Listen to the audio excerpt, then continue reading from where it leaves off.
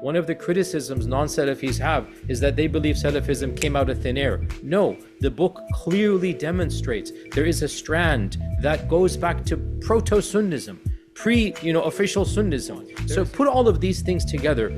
Frankly, pre-modernity, Salafism never saw a mind as educated, as well-read, and as well-written, in terms of sheer quantity as Ibn Taymiyyah. 150 years of Ibn Abdul Wahhab's thought, him, his children, his grandchildren, his great-grandchildren, the Mufti of the second state, all of them are crystal clear. Everybody outside of our movement is not a believer, and we have the right to fight them, right? And so the way Salafism existed, in the year 2000 was by and large non-jihadist, academic. And so Jihadi Salafism is an aberration for its time and place to the mainstream Salafism of its time and place. Just like third wave Salafism for its time presented authenticity and a revivalism and an excitement, now post-Salafism is doing the same. It's doing so at a much more advanced, nuanced academic level. My preliminary conclusion is there is no middle ground.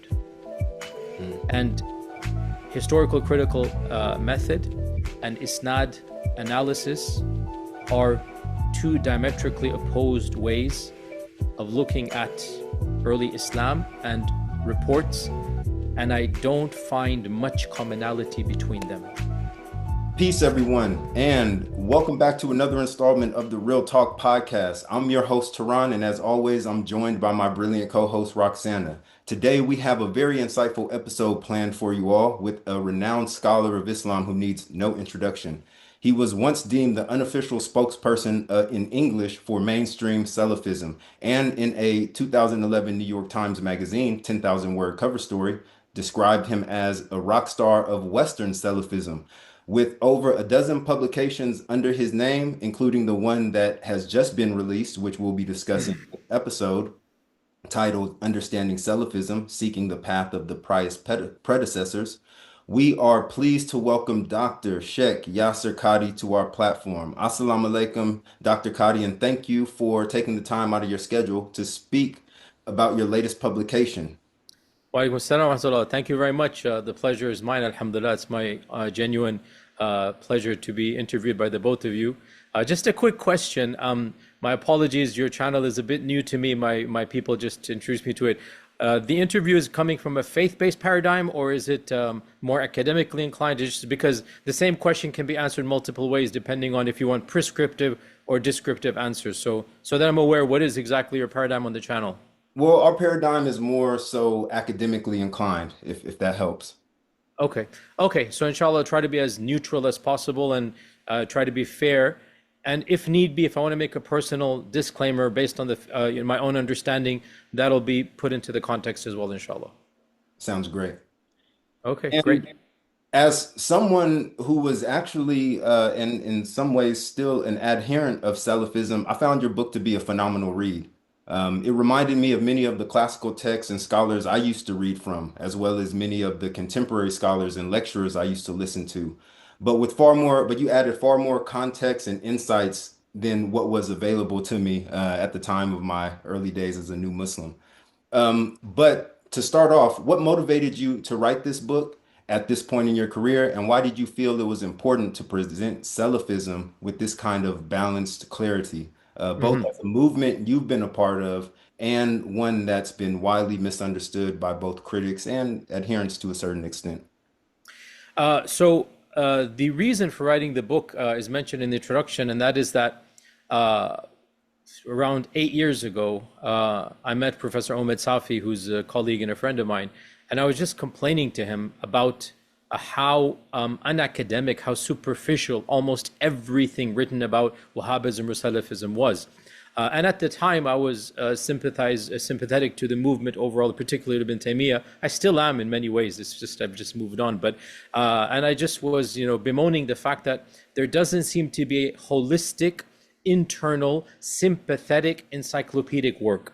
Most works on the movement are extremely superficial, or if they are well written and academic, they concentrate on a very narrow slither or spectrum of the movement, which might have done a good job for that narrow slither, but it doesn't explain the movement as a whole. And I always wanted to see something that explained it to a educated layperson. I mean, my book is published by One World, so it's not Brill, but neither is it, your average paperback. It's 600 pages.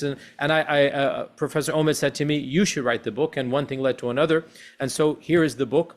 I would humbly like to suggest, without any, inshallah, any arrogance here, that this is a holistic, sympathetic, encyclopedic introduction to the movement. That is a one-stop shop that will do pretty much everything that is needed for the history of the movement, the internal strands of the movement, the relationship of this movement with other mainstream strands and its global networks. I think it gives a very solid introduction overall from a neutral, if not a sympathetic paradigm. And I don't think there's any other book quite like this one. So I'm very happy at also the reviews and the feedback that I'm getting from across the world. And I'm glad that you mentioned sympathetic, because as I was sharing certain excerpts of your book on my social media, the one thing I didn't want people to do is to think that it was some kind of hit piece on Salafism, because as you know, Salafis sometimes get a bad rap from other Muslims. Anything about them, sometimes you might think it's just to denigrate them. But what reaction to the contents of this book do you expect from contemporary Salafi community and as well as non-Salafi community Muslims? I mean, obviously, it is understood that because I no longer adhere and because my, sympathetic inclinations are still academic, I do expect there to be, some misunderstanding, some backlash. So be it. Also, quite a lot of ad hominem, which has always been a part of my life with members of that movement.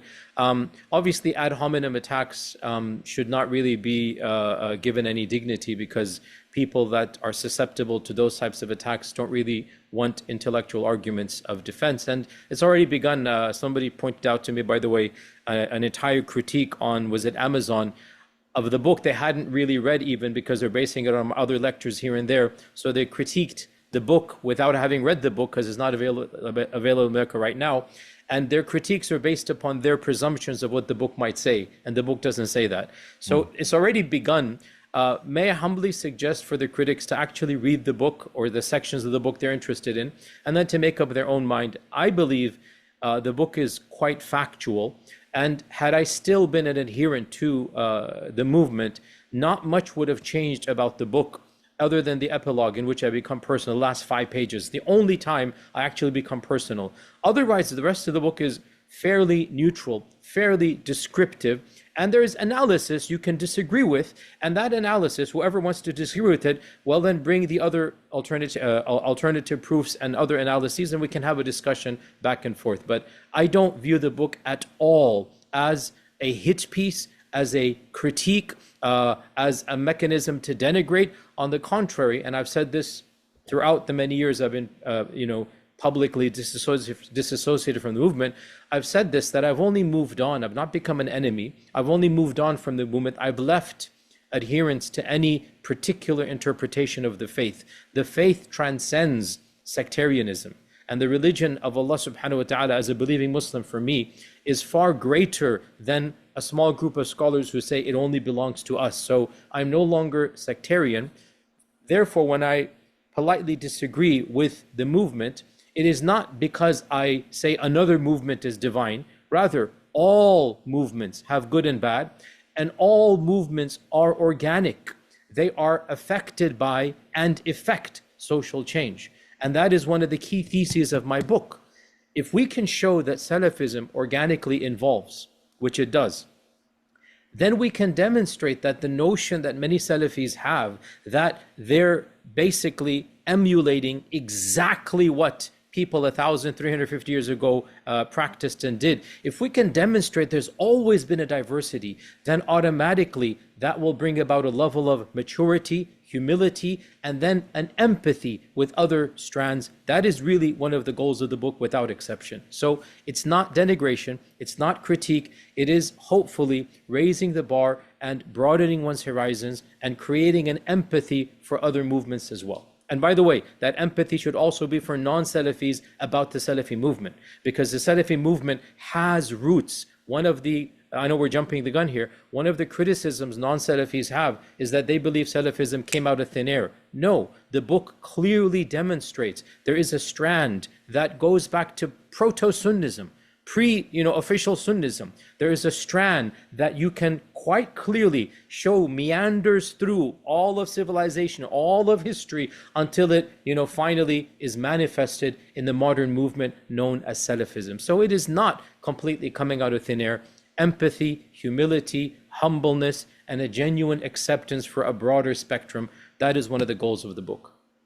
I mean, while you make it clear in your book that there isn't a direct or teleological continuation of Salafism from the earliest period of Islam to the modern day, you also highlight how certain theological and methodological ideas commonly associated with Salafism have existed since the formative centuries.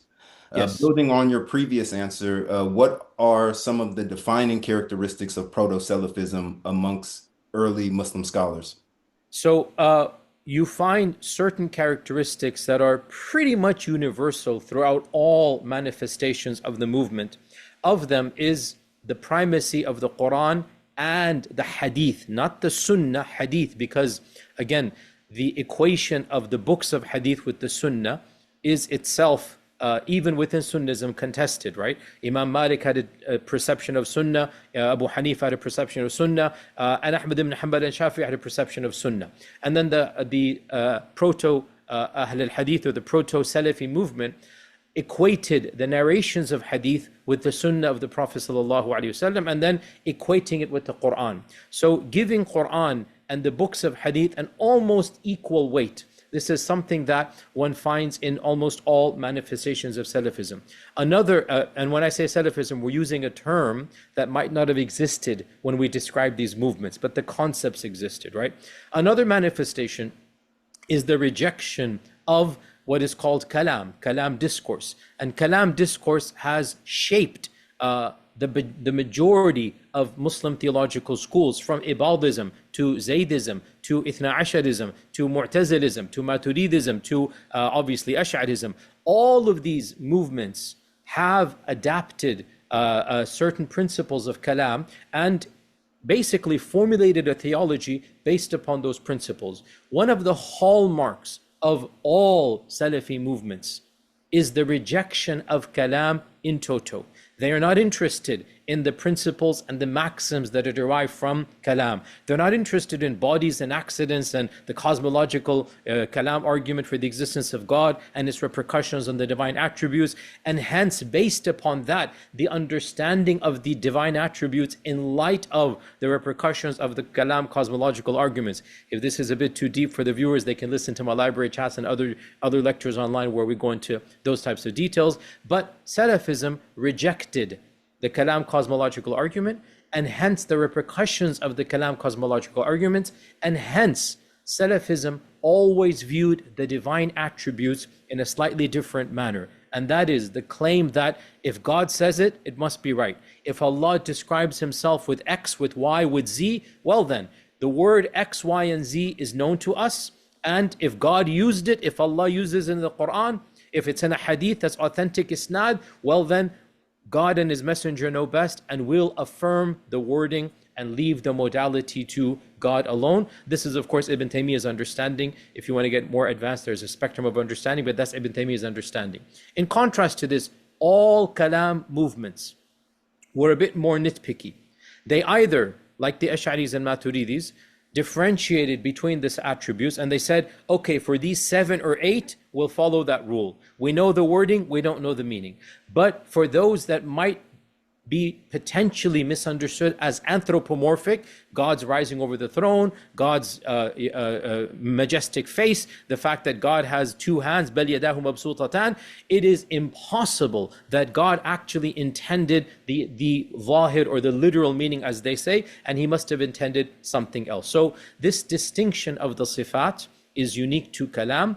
Salafism throughout its entire history did not have this distinction because they're not coming from a Kalam-based paradigm. These are some of the main key factors that unite all strands of Salafism. I mean, you've mentioned him already, and I think that it's somebody that we definitely want to focus on in this interview, is Ibn Taymiyyah's significance to the modern Salafi movement. And you even suggest that maybe, you know, contemporary Salafism might not have existed in the same form without him. Why do you think Ibn Taymiyyah stands so uniquely apart from other proto-Salafi theologians in shaping the movement's trajectory? And what aspects of its theology or methodology come uniquely from him? So, I mean, firstly, it is palpable, the impact Ibn Taymiyyah has on the movement. It is self-evident and obvious. Every single seminary that is interested in Salafi theology and teaching, the primary books that it assigns is Ibn Taymiyyah, right? And Ibn Taymiyyah remains the most oft commented on and the almost final arbiter and authority on all matters. So anytime you mention a subject or an opinion, you will always find in Salafi discourses, but Ibn Taymiyyah said. Now the question arises why that is the case. And you can answer this in a number of ways. First and foremost, I would say, and this is of course my opinion at the end of the day, Allah knows best, I would say the Salafi movement did not produce pre-modernity any intellectual to the caliber of Ibn Taymiyyah. This is my analysis. I don't know of any pre-modern thinker, pre-modern author, theologian, scholar who was as educated, as widely read, and clearly as intelligent as Ibn Taymiyyah. So Ibn Taymiyyah becomes, if you like, the unofficial lawyer, spokesperson, defender, extrapolator of, Salafi theology and methodology. Pre-Ibn Taymiyyah, if you read, the works written by almost all, Hanbali theologians, pre-Ibn Taymiyyah, you really find, and I say this gently, what's a polite way to say this? You don't find analysis as much as you find just reports, from the Prophet ﷺ or the Sahaba Tabi'un that are deemed to be definitive in refuting the aspects of kalam. Hence the derogatory term hashawiyya was given to them. Hashawiyya, you're just collecting things and throwing it, right? You're not really addressing the arguments, and you think that quoting a statement, is enough to refute an intellectual argument. Ibn Taymiyyah comes along and pretty much for the first time, really, in Salafi history, actually understands the refutations of Salafism. He understands kalam and falsafa very well. He has read the works of the Falasifa. He has read Al-Razi cover to cover and understands Al-Razi. He has read Ibn Sina. He has read the books of Ibn Sab'in. He has read the very people that he's refuting, and he's understood them. And then he refutes them in a language that is accessible and understandable to the critic. He's not just throwing texts. He's actually deconstructing. He's actually addressing intellectually, logically, rationally. Hence the claim of his opponents that, hey, you modern Salafis, you say you don't like kalam. Ibn Taymiyyah was also a kalam expert. And there's an element of truth to this. I've had this debate back and forth. Ibn Taymiyyah utilized kalam and understood kalam, but Ibn Taymiyyah did not subscribe to kalam. So there's a difference here. But Ibn Taymiyyah was an intellectual genius. He's a towering giant, a well-read, erudite scholar who then defends. And another thing he does, he extrapolates maxims. You will not find maxims that are taught pre-Ibn Taymiyyah. Ibn Taymiyyah writes Al-Hamawiyya. Ibn Taymiyyah writes Al-Wasatiyya. He writes Al-Tadmuriyya. In these, it's chock full of rules, qawa'id, maxims that can then be utilized and are taught to this day amongst the movement. Another reason why Ibn Taymiyyah is so popular is the fact that he really is a polymath and an author who has written quite literally over 300 volumes. I mean, I don't know if you can see, but Ibn Taymiyyah, all of this is Ibn Taymiyyah behind me. Well, coming up from the like 5 sections are just Ibn Taymiyyah, right? The sheer quantity of books Ibn Taymiyyah has written, he is considered to be in the top 3 in terms of sheer quantity of treatises and writings, along with Tabari and Suyuti. And like Ibn Taymiyyah is in the top 3 or 4 people in the history of Islam. So there's hardly a topic except that Ibn Taymiyyah has written quite voluminously. He's written about interfaith relationship, refuting, Christianity, 9-10 volumes, medieval theologian refuting Christianity, and actually refuting Christian concepts and doctrines. He's written about, Sunni Shia, and he's written and refuting Al-Alama Al-Hilli, one of the icons of Shi'ism. He's read Al-Hilli cover to cover. He's understood Al-Hilli, and then he deconstructs Al-Hilli in his Manhaj Sunnah. And then, of course, Al-Razi, and my PhD was on Dar al-Ta'arud. One paragraph of Fakhruddin al-Razi, one paragraph, and Ibn Taymiyyah writes 10 volumes to refute that paragraph. And I can go on and on. So put all of these things together. Frankly, pre-modernity, Salafism never saw a mind as educated, as well-read, and as well-written, in terms of sheer quantity as Ibn Taymiyyah. Therefore, the indelible mark that he has left on Salafism, it is literally second to none. And I state, Salafism as it exists today would not be recognizable had it not been for Ibn Taymiyyah. Now, I can go on, and one thing needs to be said. And this is really important. Ibn Taymiyyah also contributed. Now, this is contentious because Salafis don't want to say this. And it took me a while to even come to terms a few years ago or 10 years ago to really admit this fact, because it's awkward. Salafism likes to believe it's existed like a diamond from the time of Abu Bakr and Umar radiallahu anhu. It's literally been there the whole time, exactly unchanged. The book demonstrates that's not the case. So to claim that Ibn Taymiyyah carved the diamond, shaped the diamond didn't exist before Ibn Taymiyyah, and even the diamond we have today is not the one Ibn Taymiyyah shaped. To claim that goes against the main thesis of Salafism, but that's a factually correct statement. So what did Ibn Taymiyyah do? Quite a lot. And actually, I'm writing a paper one day, and hopefully it'll be published, about the contributions of Ibn Taymiyyah to Salafi thought. I've actually presented in multiple academic conferences the prototypes of this paper. I'll mention, 2 or 3, how much time we have. These ideas are seminal to modern Salafism. They didn't exist pre-Ibn Taymiyyah. Number 1, the tripartite definition of Tawheed. Tawheed al-Rububiyyah, Uluhiyyah, Asma' al-Sifat. Ibn Taymiyyah is the first to mainstream this entire concept. Pause here, footnote. Salafis like to point out, so-and-so before Ibn Taymiyyah barely referenced these 3 concepts. Response to this, yes, there is a reference pre-Ibn Taymiyyah, but it was not a core doctrine. And the way Ibn Taymiyyah interpreted it is unique to him. So, number 1, the tripartite distinction. This leads to number 2, which is Ibn Taymiyyah's unique understanding of Asma' al-Sifat, of the divine attributes. It is quite clear, and actually advanced Salafi students know this, that pre-Ibn Taymiyyah there was a spectrum of how to understand the attributes. Some of the Hanabila were actually very anthropomorphic, right? Such as Al-Qadi Abu Ya'la. It's basically almost bordering on giving God corporeal, God sits on the throne. The throne creaks when God sits on it. There's a narration.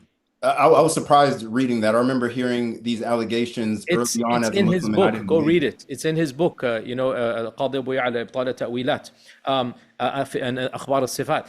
He has a narration, and again, he doesn't comment on it. I mean, he has a narration of God being in the form of a young man, beardless man.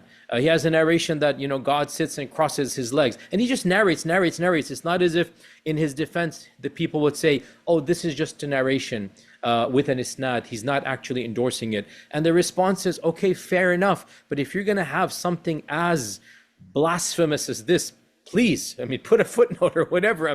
But the point is, that's Abu Ya'la. You have on the other side, Ibn Qudama, who is very much in line with a type of relegation of the meaning of the attributes. We don't even know what istiwa means. We don't even know what yad means, which is basically a version of Ash'arism, right? And you have Ibn Taymiyyah kind of in the middle. Ibn Taymiyyah comes along and basically demarcates a spectrum of pre-Ibn Taymiyyah intellectual thought and says, no, this is the only spectrum that's allowed.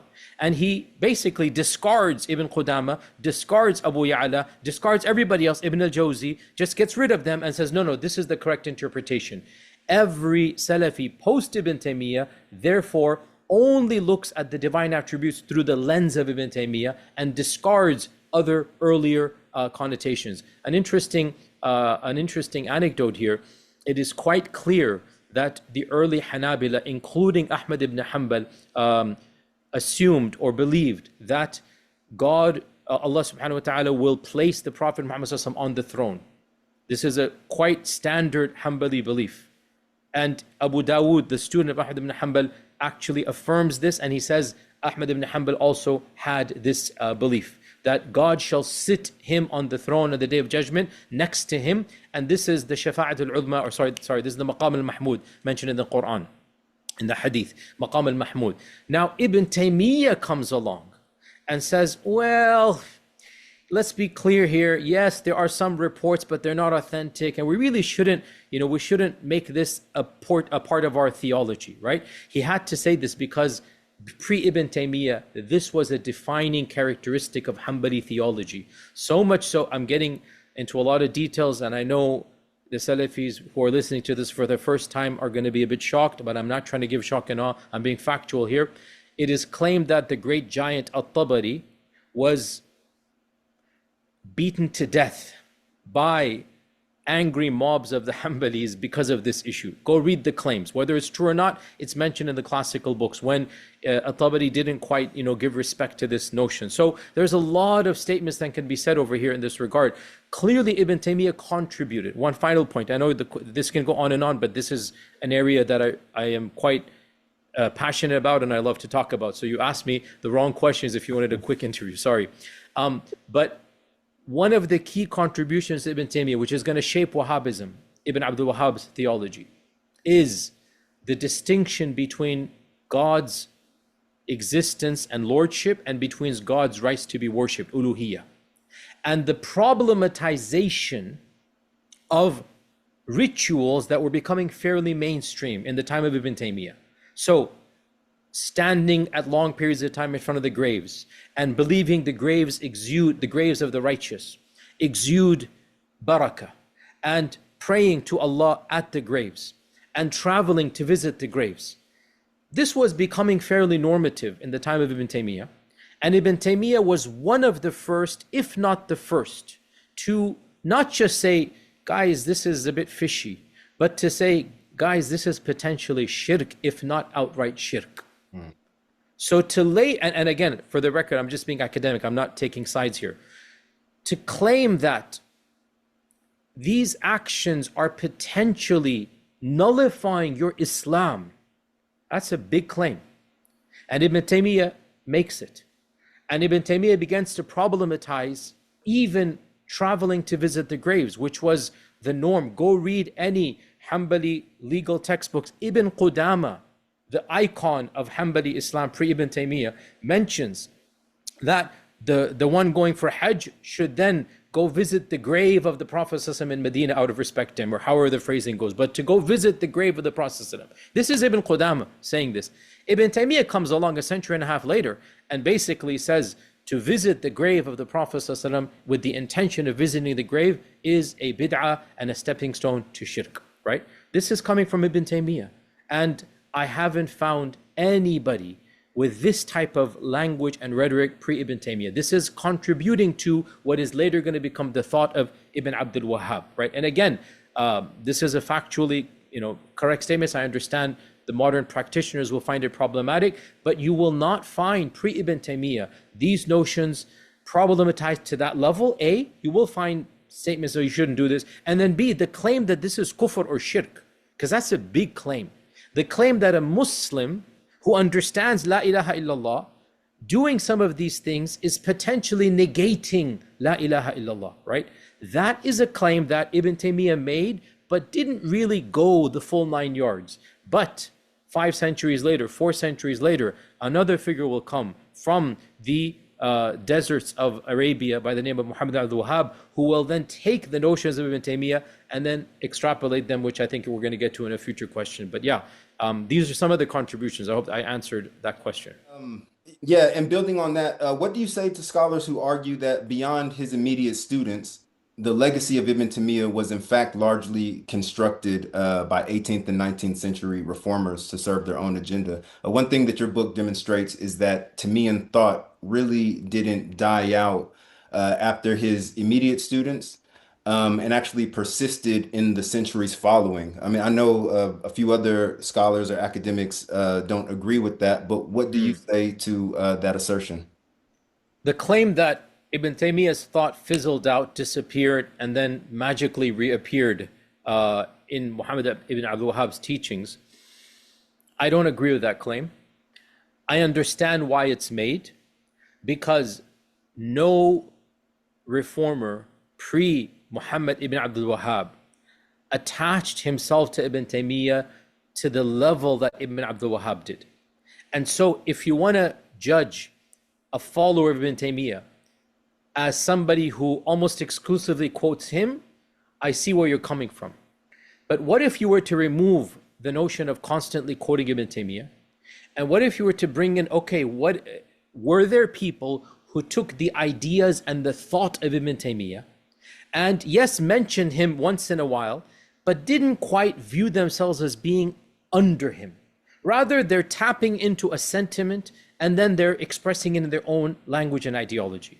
If you were to broaden influence, which I think that's the way you should broaden it, to encompass such trends, well then, you cannot deny and ignore that Ibn Taymiyyah continued to have impact across the Muslim globe. And there are key examples. Ibrahim al-Qurani is one of them. Shah Waliullah ad-Dehlavi. I mean, ad-Dehlavi writes an entire treatise that is completely coming from Ibn Taymiyyah. Ad-Dehlavi quotes Ibn Taymiyyah. Ad-Dehlavi's revivalist project owes a lot to Ibn Taymiyyah, right? And nobody can deny this. And Dehlavi himself mentions praise for Ibn Taymiyyah. So when you have one of the mujaddids of Indian subcontinent coming along and telling you, hey guys, Ibn Taymiyyah is a great guy, and writing books which are basically not copy and paste, but a contextualized, version, so Shah Waliullah Dehlavi's book, Hujjatullah al-Baligha, right? Anybody who reads it, you will see in it, he is echoing Ibn Taymiyyah's Raf' al-Alam. You will clearly see the two books coming from the same trajectory, the same, perspective. And other examples can be given as well. Muhammad Hayat al-Sindhi, who is actually the teacher of Ibn Abdul Wahhab. Muhammad Hayat al-Sindhi, the student of al-Qurani.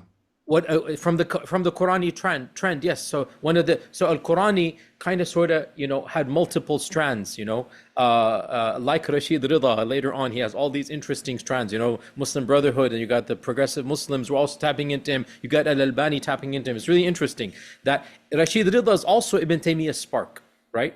Not through Muhammad ibn Abdul Wahhab. Rashid Rida bypasses the Wahhabis and he taps in directly to Ibn Abdul Wahhab.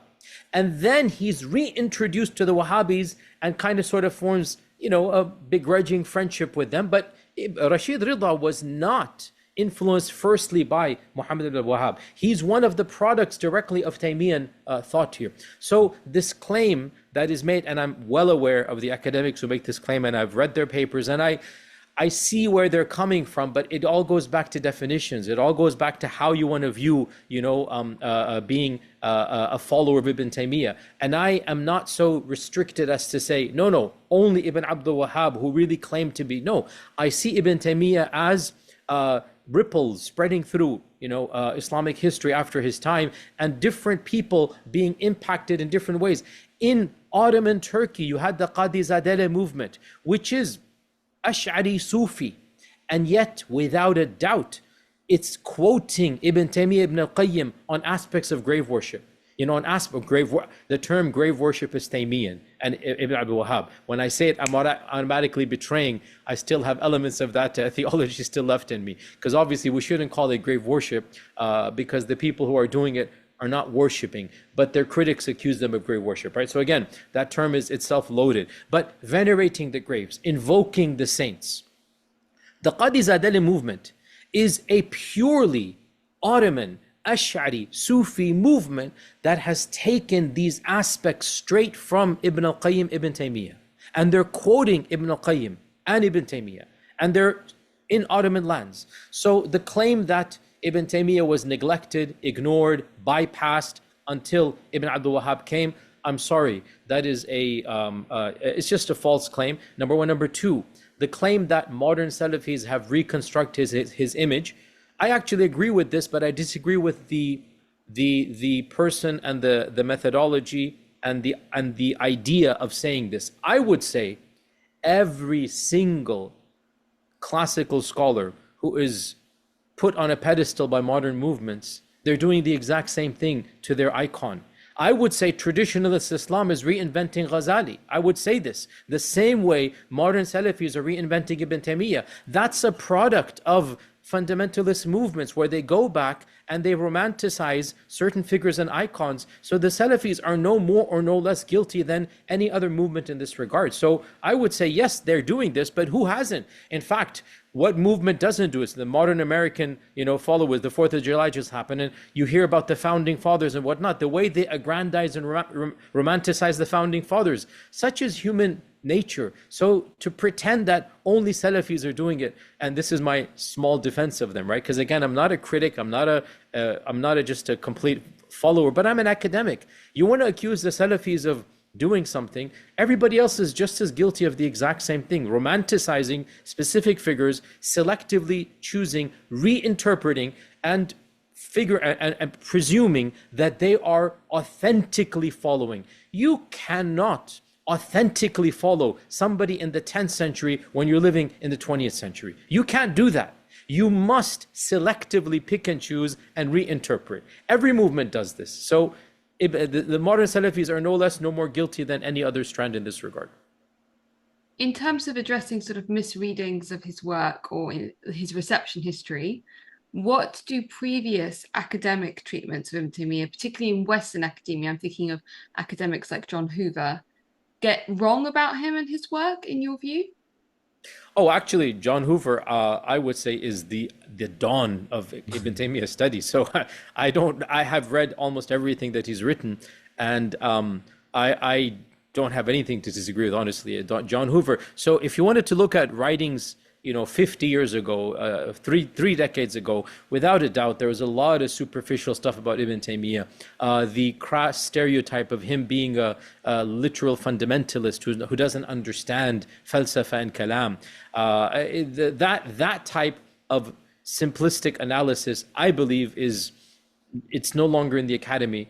People do understand Ibn Taymiyyah to be a brilliant mind who might not have agreed with falsafa, but without a doubt, he understood falsafa, who might not have agreed with aspects of whatever. But so I would say that Ibn Taymiyyah studies in the modern academy have actually jumped leaps and bounds in the last few decades. I read a book recently, Abdul Rahman Mustafa's book about the attributes of God. I forgot the title of it, but very, very well-written book about Ibn Taymiyyah's understanding of the attributes of God. Hardly anything like this, maybe even in Arabic, the way that he's analyzed this. So yes, I would actually say John Hoover and others are doing an amazing work, and I don't have much to disagree with what I've read so far from them. Okay. So you've already touched on this slightly in terms of how Ibn Taymiyyah sort of influenced Wahhabism and its legacy.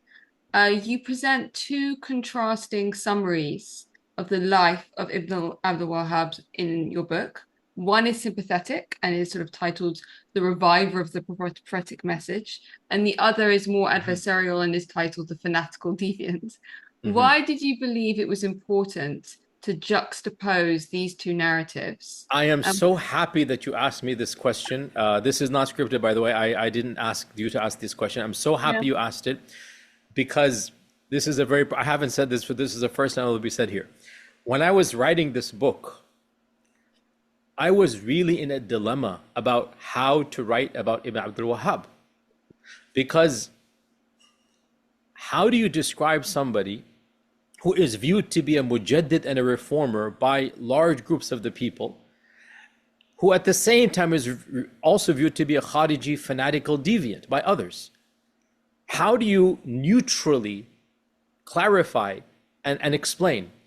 And this is one of the most difficult aspects of the book for me when I got to this chapter of writing his biography. And I was wondering, how do I present a biography that caters to both audiences? Because this is an academic book. And then just a light bulb moment, one day I was just like, one of my problems, I have a sleep problem, by the way.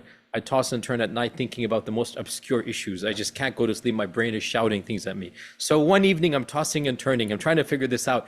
And all of a sudden the light bulb came off. Like, whoa, excellent. Let's write 2 biographies.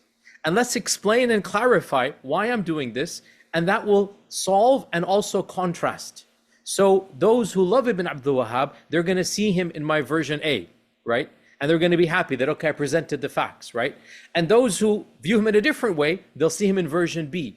And then both version A followers and version B followers will be able to contrast, which is exactly what neutral academics is about, to be able to empathize and see different perspectives. And so that's exactly what I did, that I ended up writing 2 biographies. Both of them are factual. Both of them are taking straight from the original sources. Both of them are taking snippets as portrayed and understood by adherents to both paradigms. And the goal is to contrast and to show the followers of both strands that the perception they have of this person is not the perception the other group has, and to explain why that is the case. So thank you for asking that question, because I now explain in more detail how and why that happened. Well, there's in terms of moving on about his theological legacy, there's long been a debate about whether he considered the majority of Muslims in his time to be pagans and whether he legitimized violence against them on that basis. Why do scholars come to such different conclusions on that issue?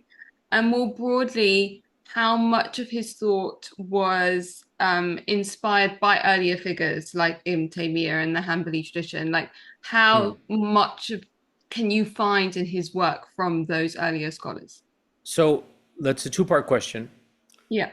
Firstly, you said there has long been a debate. Mm-hmm.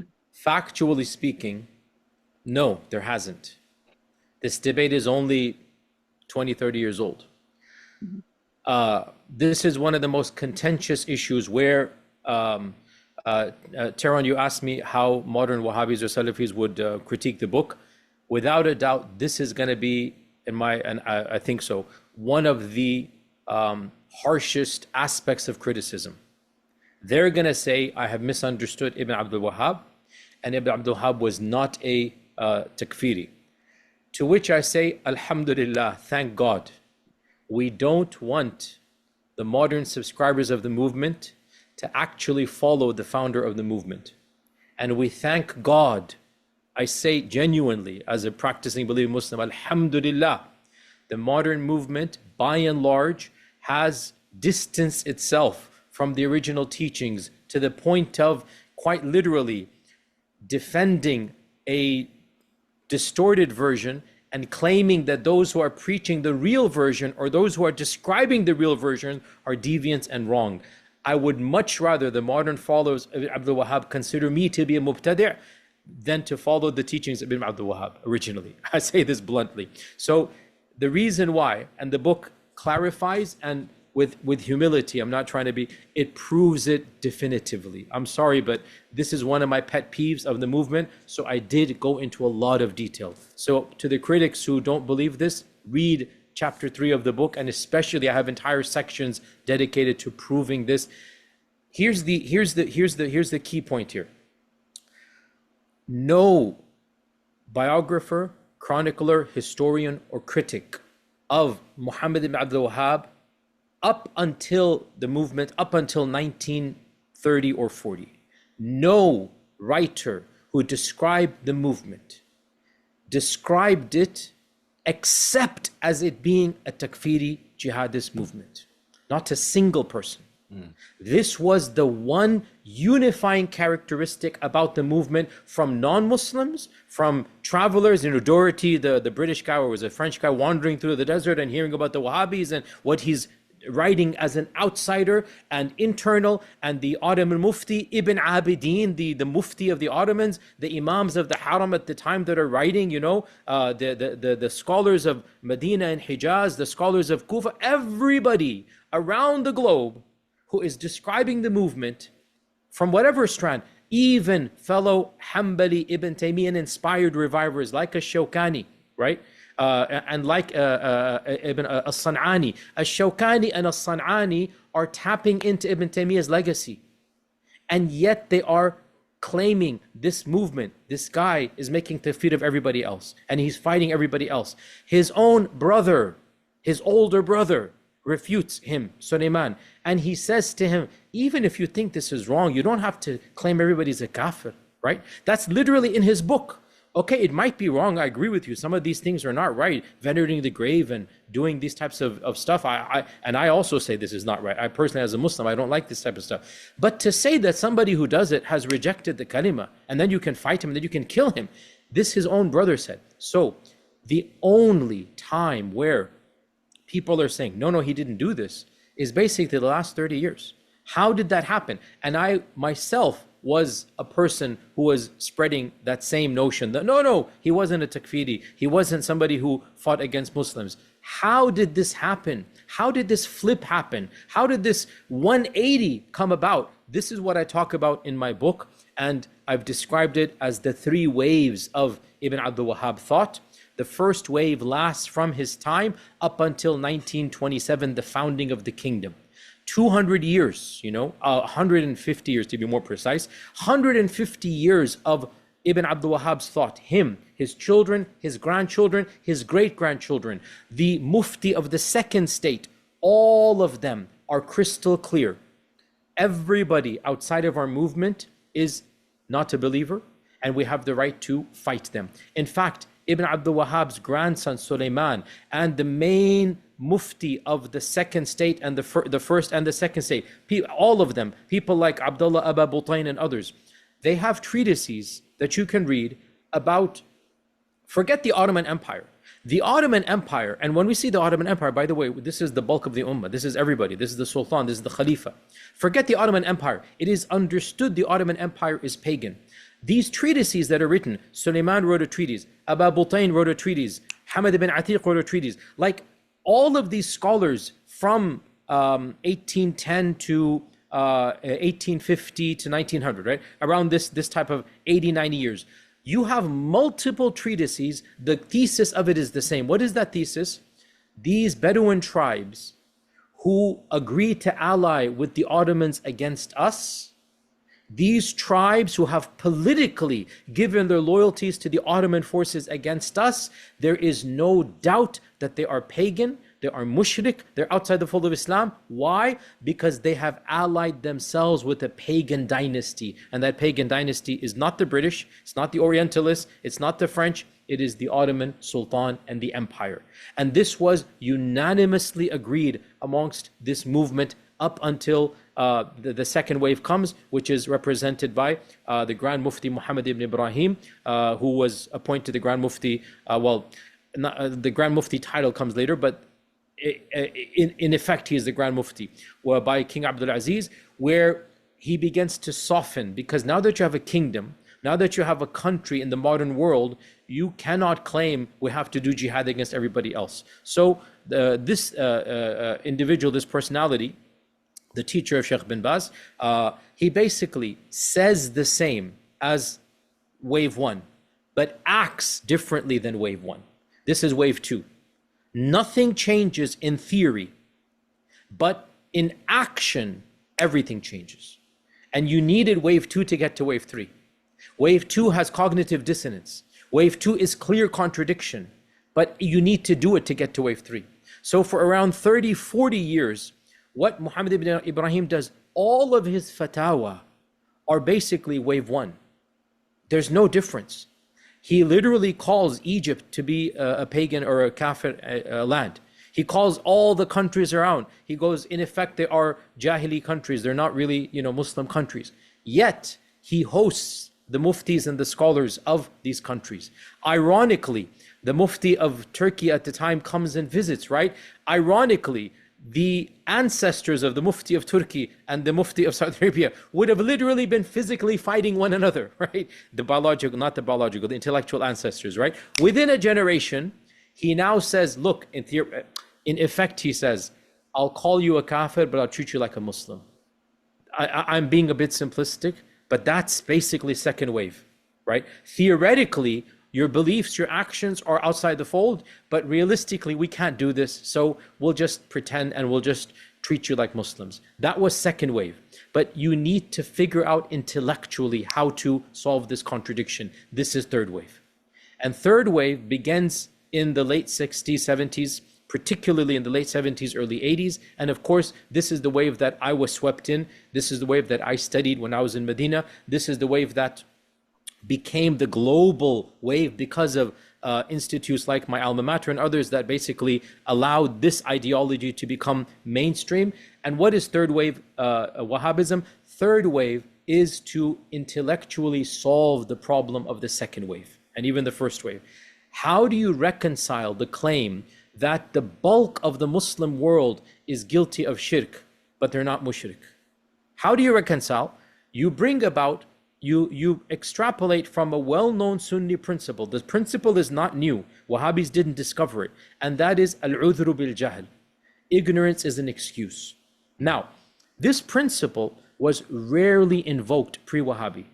You find it in tertiary books of fiqh, primarily for new converts who say bizarre things that everybody should know is wrong. So, As-Suyuti says, if somebody says that drinking khamr is halal, I mean, this is clear kufr, unless he's somebody living far away from the lands of Islam. He's a new convert, he doesn't know any better, so we excuse him for ignorance, right? So the notion of excuse for ignorance is there when somebody might say a bizarre statement. Ibn Abdul Wahhab himself mentions this very infrequently, but he doesn't apply it in his life. In his life, he will do jihad against you. Third wave finds those infrequent quotations and extrapolates an alternative image to the original.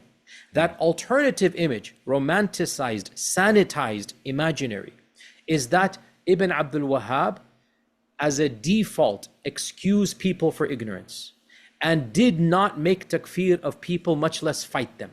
Now, in order to make this claim, you cannot actually read the writings of Ibn al-Wahhab directly, and you cannot read the history of the movement directly.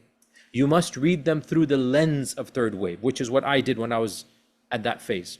You must be spoon-fed snippets, and the history of the movement must be sanitized. When you go to the original, when you go to the works written by the own followers of Ibn Abdul Wahhab, you find there was always jihad against fellow Muslims. They called it jihad, they called it ghazawat. There was always the claim that these fellow Muslims are non-Muslims.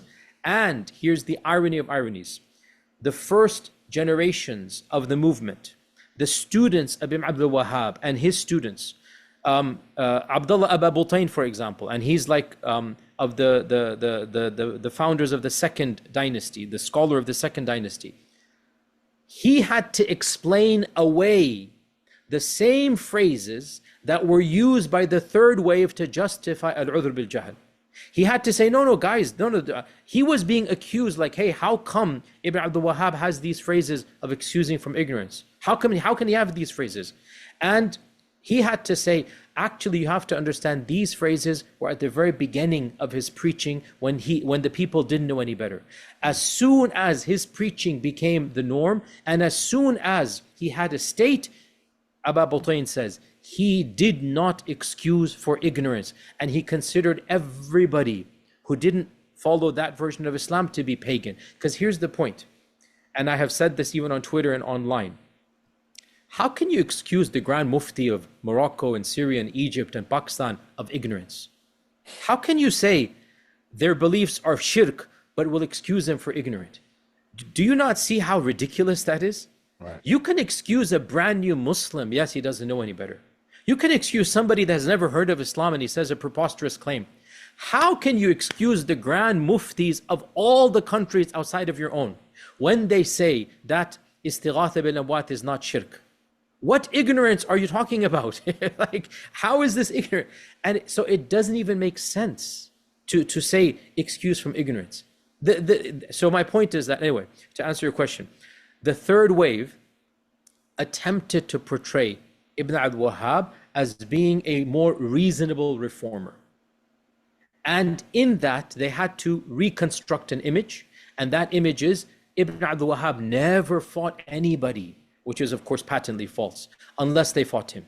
He never made takfir, unless iqamat al-hujjah and back and forth, which is, of course, patently false. He sent assassins to kill Ibn Muhammad in his masjid.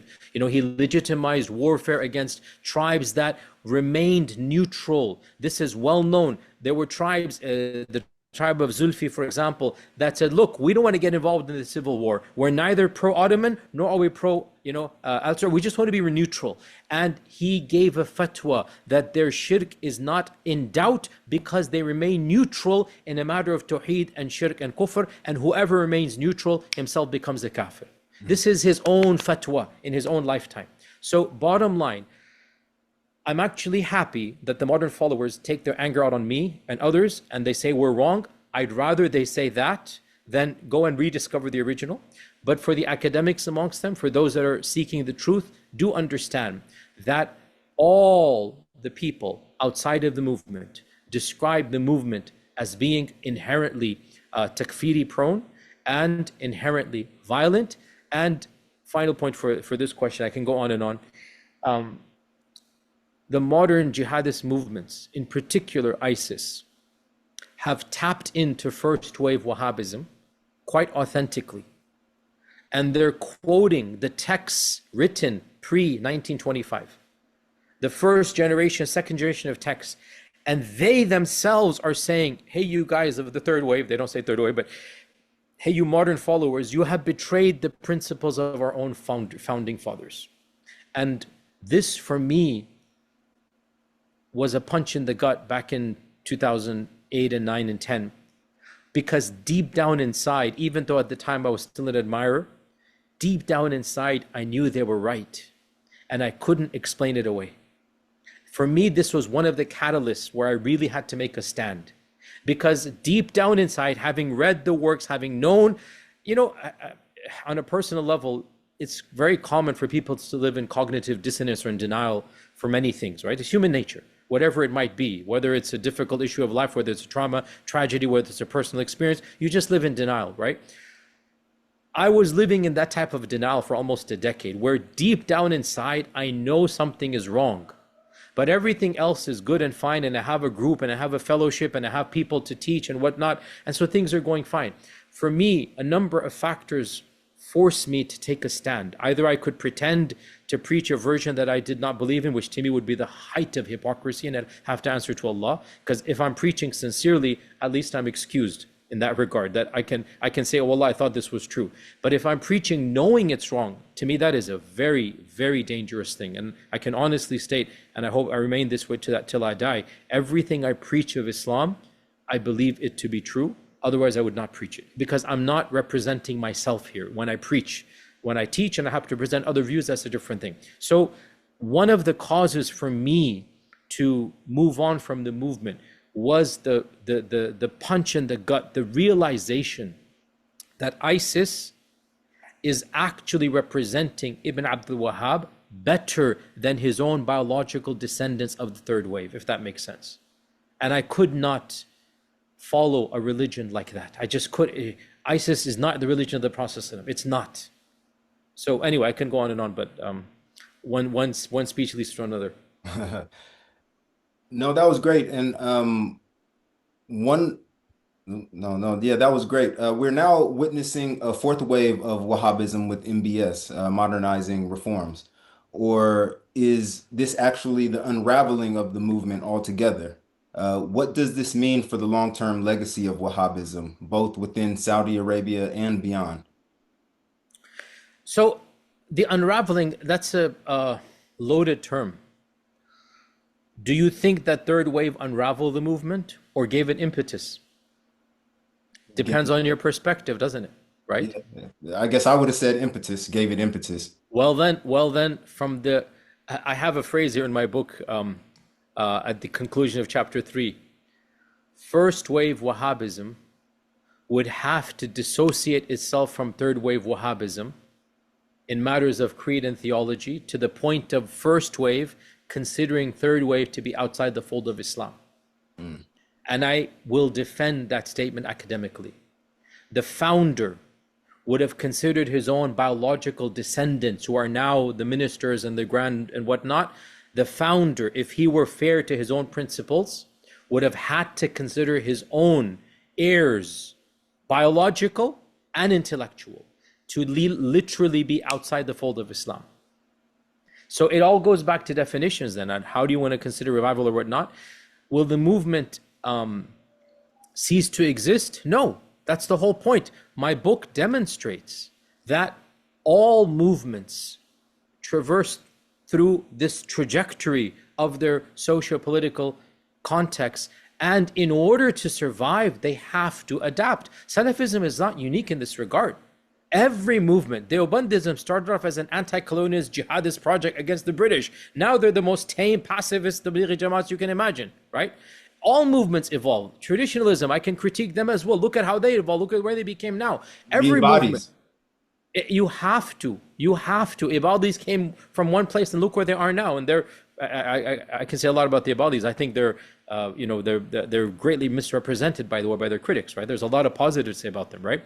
My point is that every movement has to evolve. There's no such thing as this unblemished diamond that the Salafis imagine that is being handed from generation to generation. So when you say that will the fourth wave destroy the movement, the response is obviously not. It's simply going to change and adapt as all the previous waves have done. Now, will it make it unrecognizable to practitioners of the third wave? I believe in some ways, yes, but the same is said of the first to the third. I believe in some ways, yes, it will. It will make it unrecognizable. But just like first wave lives on in small pockets, so too third wave will live on in larger pockets. We see this in America and England to this day, where in spite of the changes taking place in the mothership, the mother base, in spite of the changes taking place by the official decrees and the scholars of the, the two holy mosques and everything, all of those changes is kind of sort of post fourth wave. Still, because of the impact and legacy of third wave, which was greater than first and second, the impact and legacy of third wave is more global, and it has had the largest base for reasons I mentioned in my book. That impact shall remain even if the mother base and the mothership moves on. And that impact will then have to deal with its own context and changes. So we find a revivalism of third wave Wahhabism in America and England and other countries as well. They've disconnected from the mothership now, whereas in the 90s, these strands were directly connected to the mothership. They've disconnected officially, and in pockets, in Birmingham, in California, in places, New Jersey, other places, you have these pockets of people. But I will say, and I'm not trying to be harsh here, I'm just speaking factually, and I could be wrong. I will say, I think third wave Salafism has seen its heyday in the 90s. And I think that it will never come back to the quantity, much less the quality that it had, for multiple reasons.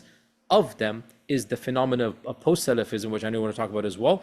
And of them is the fact that the support that used to exist for third wave no longer exists. That support financially, politically, it no longer exists. And you need that support. There's no sinister agenda or motive. Movements need support. When a movement is not supported, how will it sustain itself? It becomes more difficult. So I don't think third wave Salafism, Wahhabism will disappear. It shall always remain in pockets, but it will become increasingly isolated, and in the process more and more cultish. Salafism is always one of the things, my criticism, it has always been a bit cultish, but now it's going to become even more so. But like all such ideologies, you will have, Tehran, I'm sure you're familiar with the trajectory of American Islam, the Nation of Islam and whatnot. We still have the Moorish Science Temple around. We still have I don't know, 50 people that are still in a part of that. I was shocked to discover this a few years ago. They're still around.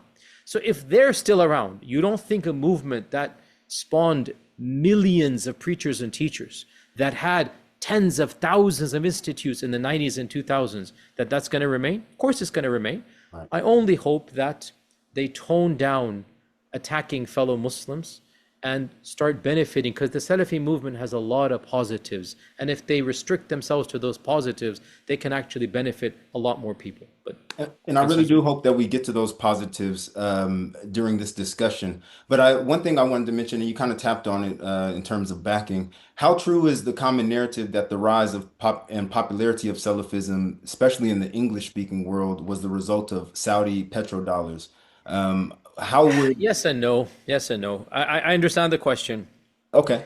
And it always would hurt me because I went through the movement. I believed in the movement. I still have soft spots for the movement. Nobody handed me a wad of cash and said, hey, Yasir, convert.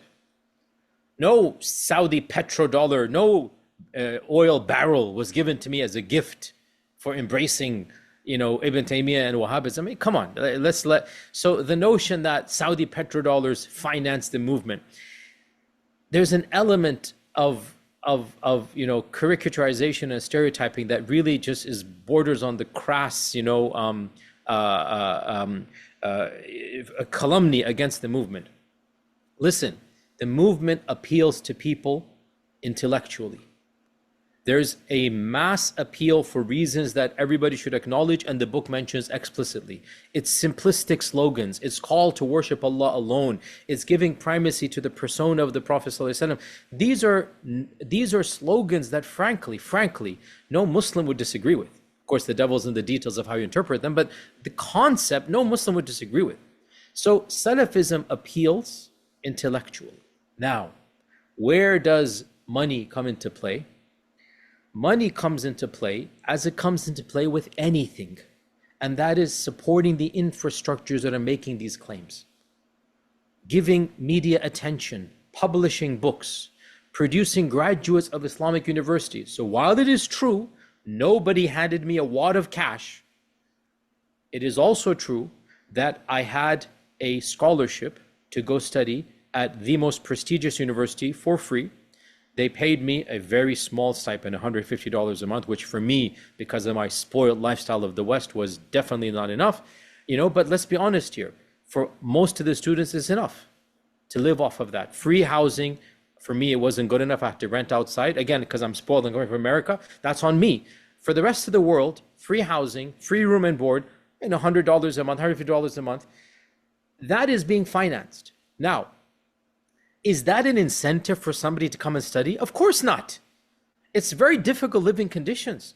It's harsh, and it's years of rigorous study. Why would anybody go and study for 5-10 years because of what, $100 a month? But does it facilitate studying? Of course it does. So there is an element of, and of course, the fact that there's a country that's, behind it, it's like it's soft power. And this is just the way politics works. So to answer your question, I don't view this as some sinister agenda. Everybody does it. Does not America exude its soft power via its own media, its own entertainment, its own politicians? Does not every single group in the world, and I say this, you hear me kind of defending, because this is not a criticism that is fair to make against only Salafis. Right. This is a criticism that is universal to all movements. What if somebody were to point out that other strands of Islam are being financed by other regimes? And I don't want to be too explicit right now, but what if somebody were to point that out? And that's factually correct, right? It is what it is. Every group, every politician, every power base wants to help what it believes to be authentic. In fact, in my library chats, I went even further and I said politely, the reason why Ash'arism is the dominant strand is because Nizam al-Mulk single-handedly engineered an institution, the Nizamiyya, that brought about what if somebody were to say, and the early Hanabila said this, Ibn al-Jawzi says this, that the reason why the Ash'aris are dominant is because of Nizam al-Mulk, his money, his power, his status. That accusation is there. The irony, by the way, the Salafis made it against the Ash'aris 700 years ago. Now it's the other way around here. Right. So bottom line, the claim is a caricature of a kernel of truth that all movements should be guilty of. That's my answer. And I was surprised to find in your book, as in the case for Salafism in the UK, a lot of it was funded organically by people here in the UK, not from anywhere outside. I was actually very surprised to find that, because that's not some, especially here in the UK, that's one of the allegations that a lot of Salafi masjids get. Not at all. They're funded. I was active in the movement since I was a teenager, 1990, 91. I joined the movement. I was a part of the Quran Sunnah Society. I met so many of the students of Al-Albani when they would come. I met the icons of the movement, and they all wrote me personal letters of tazkiyah to go to Medina. All of them, they knew me back in the day. And they're still in touch with me, those that are alive, although they don't talk to me anymore, but yeah, they're still in touch with me. I can attest to the fact that there was a lot of genuine sacrifice and camaraderie. Heck, I, as a teenager, barely earning any money, in order to help the da'wah salafiyah, I would purchase hundreds of dollars of worth of books. I'm quoting my book here, but Salafi books, the Prophet's prayer described, right? Muhsin Khan's translation of the Quran, Sahih Bukhari. As a teenager, I purchased and brought them to my house, my bedroom, and I would go to the masjid and sell them for cost, not even for any, I wouldn't get any money for this, because I believed in the cause, right? Salafism really gave life to a new generation of second generation born and raised Muslims who didn't find the Islam of the cultural Islam of their parents to be relevant. Salafism was a spark, an exciting spark. I remember as a teenager, it was authentic, looked to be. It gave this academic veneer that wasn't found in the dull, boring, cultural, tame version of Islam of my parents, right? And so you find meaning and purpose, and you are willing to sacrifice. I sacrificed time, effort, and money as a teenager, and I gave up my career as a chemical engineer. I had to offer at Dow Chemical. Everybody knows that it's in my biographies. I gave up Dow Chemical to go study in Medina, not because Saudi Arabia gave me money, because I believed in the cause, and it was something that inspired me. So I don't view it in this simplistic manner. I say that the positives of Salafism need to be understood, and the impact that it causes on people and it caused on people needs to be understood. And to dismiss it in this manner, oh, Saudi funded. No, I'm sorry, that is not the case. Just in terms of sort of false characterizations or previous narratives that you're trying to correct in your book, you are quite critical of previous academic attempts to offer a typology of the Salafi movement while presenting one of your own in the introduction.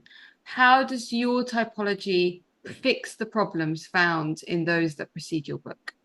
So this is a difficult question to answer in a few minutes. One of the problems of past typologies, there's multiple problems. Firstly, anytime you want to categorize, you're automatically giving your own biases rather than the biases of the objects you're categorizing, right? So if you enter a room with lots of people, do you want to categorize them based upon gender? Do you want to categorize them based upon height, based upon skin color, based upon ethnicity, based upon profession? The minute you do so, the room is the room. You say more about yourself than you do about the room when you categorize. Of course, Edward Said points this out in Orientalism in a much more profound manner. In constructing the other, you betray your own identity. So one of the problems of previous categorizations is that they're approaching Salafism from their own lens. And especially after 9/11, that lens was completely political and jihadi. And to me, political and jihadi manifestations of Salafism are trends that you find in all movements, not just Salafism. You will find Sufi jihadis, you will find Sufi pacifists, you'll find Sufi politicos, and you'll find Sufi quietists, right? So this notion that what is characteristic about Salafis is how they view politics, how they view the ruler, how they view jihad. the same you can copy and paste and move on to Ash'arism or other trends as well. This is one of the things that irritated me. Another thing is that it's not organic enough, because there are variables that might be unique to one culture and not to another. So what I proposed was an organic multivariable. And therefore, I present a typology. It's too complicated to explain in 2 minutes. Basically, I present a model. That model, any researcher can take that model and create a new one for their particular book in 2 minutes. Based on my model, it's like a tool that will allow them to extrapolate what they want to emphasize in categorizing Salafis, right? So it's organic and fluid. The term fluid is popular these days. It's multivariable. Multivariable, you can pick and choose what you want to highlight, and you will admit to your audience, this is my bias.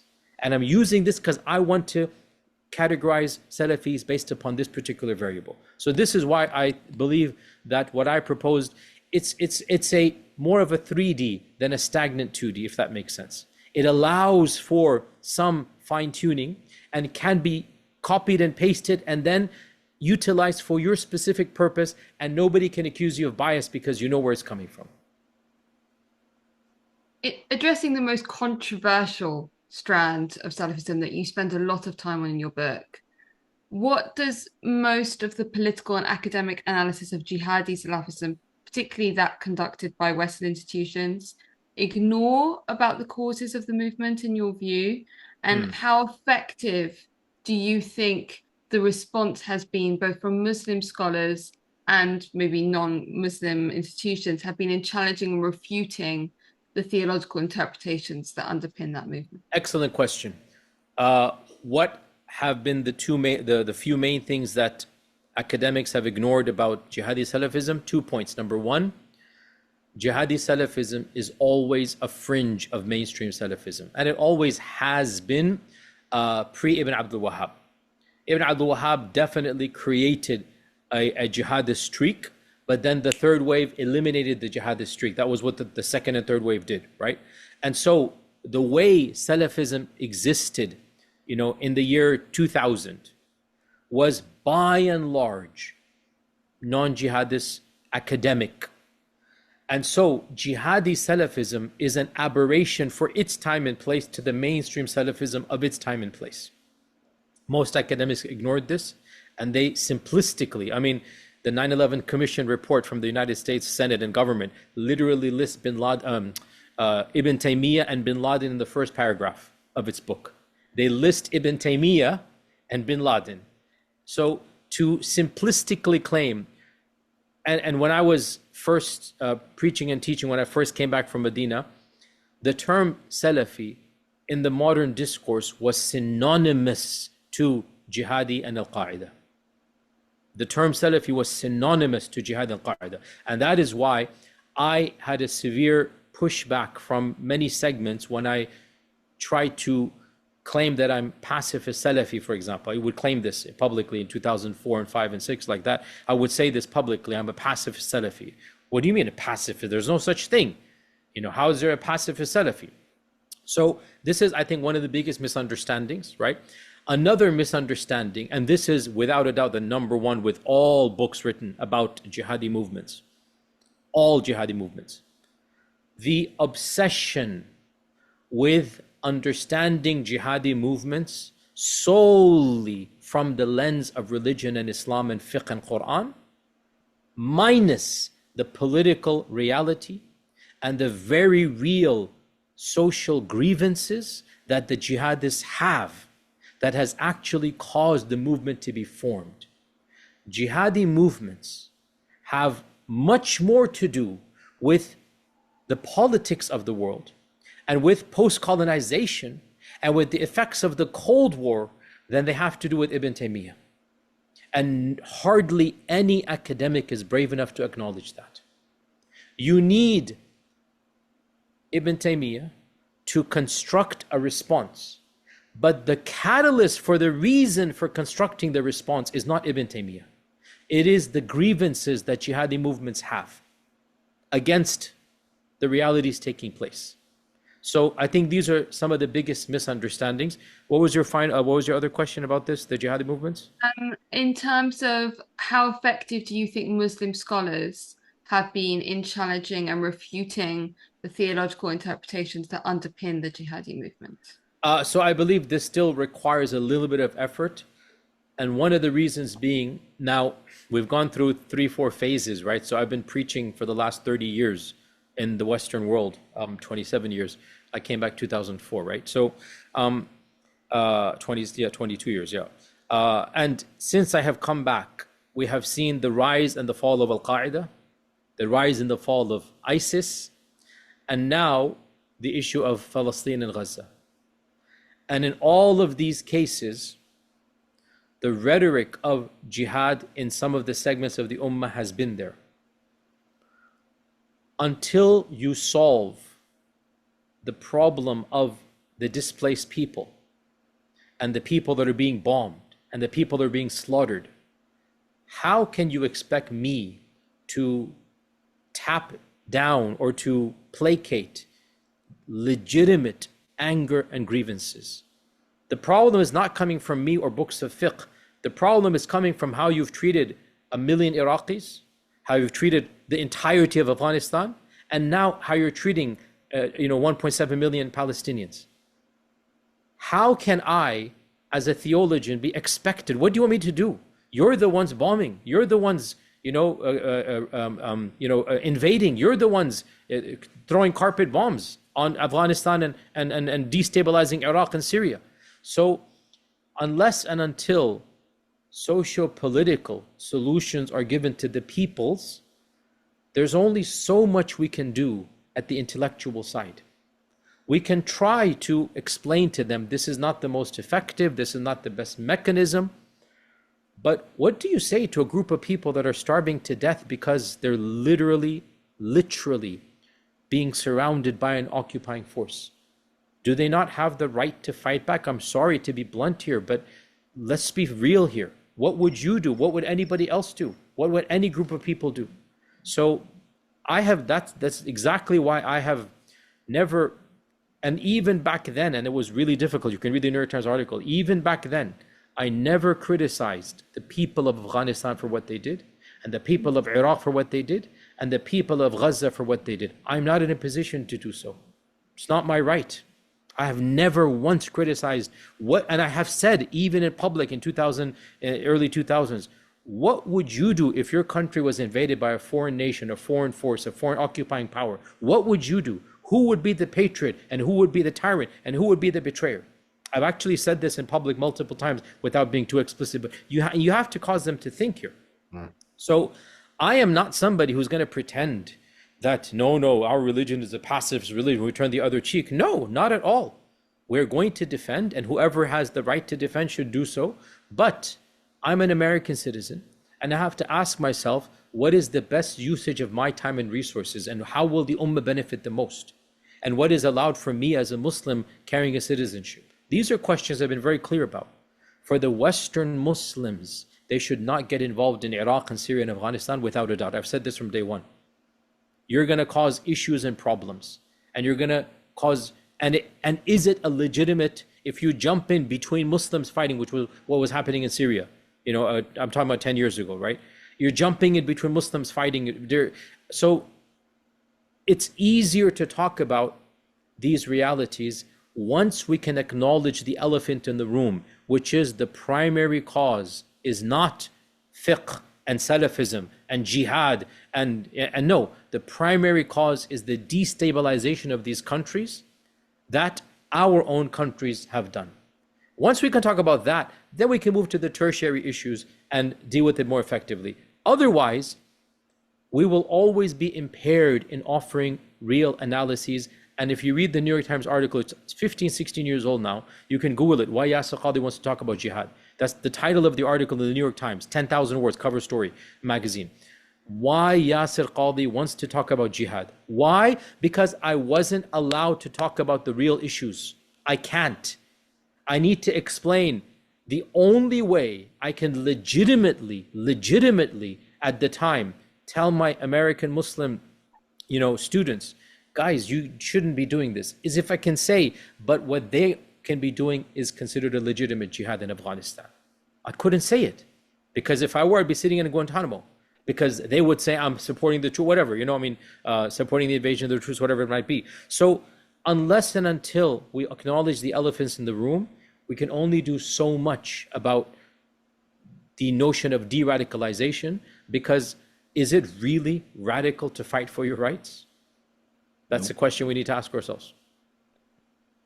I think given the situation in Palestine at the moment and the fact that it's been a constant rallying call for Jihadi Salafism, I think we're all anticipating what the events of the last 2 years how it might impact the spread of such groups and the radicalization of young Muslims, and how difficult that is to address. Yeah, so obviously, I'm very happy seeing the mobilization that is happening across the world for Gaza, and the fact that the next generation is inspired to do something. And I'm also happy, by and large, that we're not seeing violence, because that was not the case 2004, 5, 6, 2010. And you're speaking from England.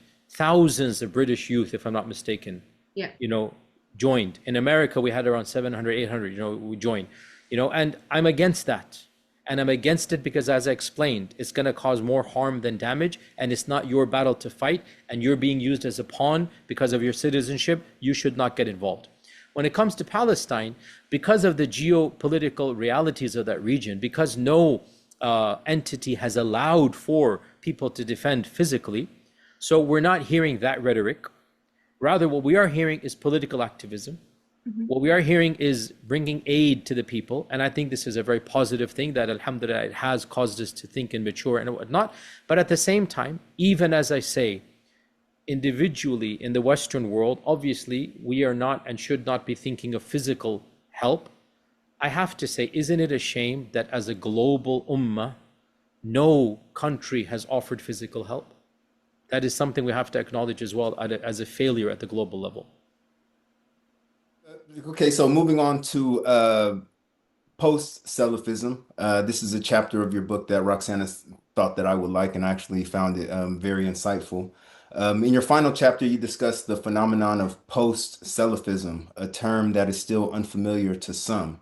Can you define what post-Salafism is for our audience, and which institutions and scholars consider to be prominent? There's no academic definition of post-Salafism, but in my book, I use a definition that some academics have tried to do. It's a very ambiguous definition. Post-Salafism refers to an emerging amorphous category of Muslim scholars who seem to find Salafi theology and activism too narrow when it comes to confronting complex social and political arenas, right? That's a very vague definition.